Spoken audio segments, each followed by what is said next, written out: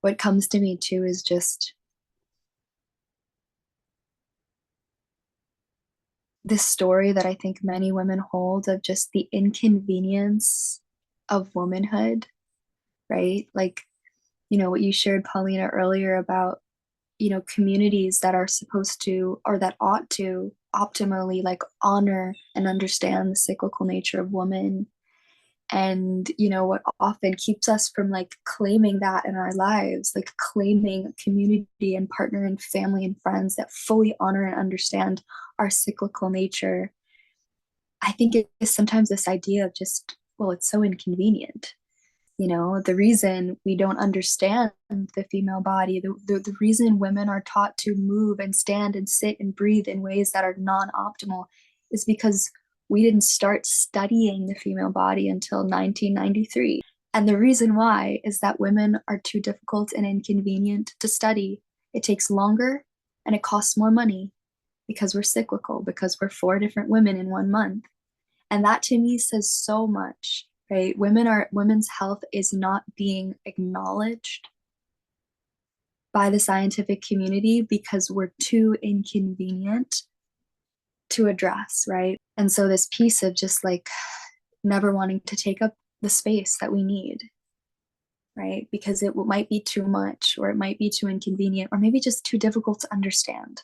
Like I can feel the part of myself that still lives in that woundedness that is like still not wanting to take up that space to be all that I am, and demand and claim that right to claim that space. And that sometimes also means like taking a little bit away from others. Like if we have individuals in our life who we are in imbalance with and who do take up, not only take up essentially like our space from us, like even claiming the right to take that back from others, which as women can feel so edgy because we're so programmed to never take. And we're so attuned as women to like serving and tending to those around us.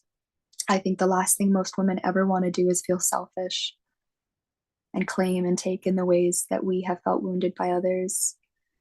But also feeling within me like that warrior and that huntress and that like Valkyrie, which we'll get to that archetype in the next few weeks, but feeling that aspect of myself that is like so fiercely over it and so endlessly willing to claim what is mine and trusting of my righteous rage and trusting of the way that is meant to protect me, and just like being able to hold both of those stories, being able to hold like the wounded woman within me who is still afraid of asking for what I want and claiming what is for me, and that huntress who is, poised and ready to take what is hers, and who is outraged at the dishonor or the disrespect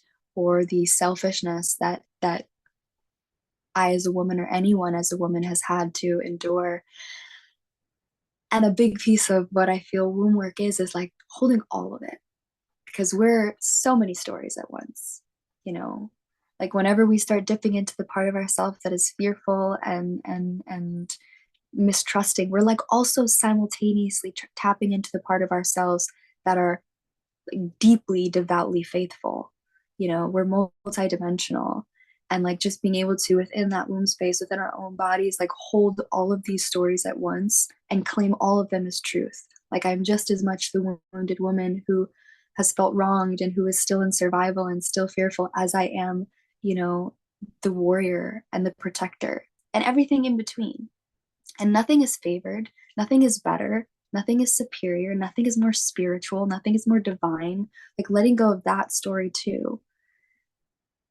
The only way we process and move and integrate these stories is by fully embracing and allowing their existence in the first place, which means not being too eager to push out like the weak, fearful parts of ourselves in favor of something stronger. Like holding all of it at once, and even letting go of the agenda that we have to get over any of it.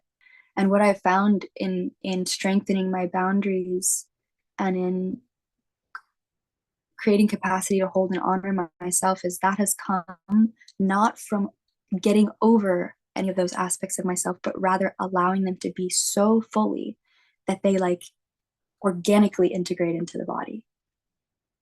And so the transmission, I feel like, of this journey is one of the deepest surrender and trust in where we are in this moment.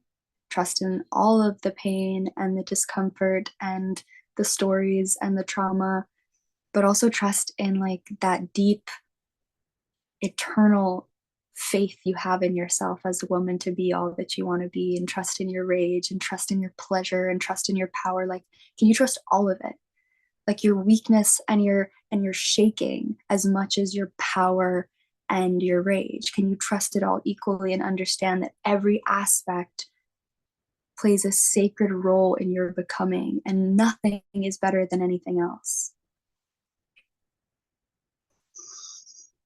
And that requires taking up space like within yourself and taking up space like energetically in your life.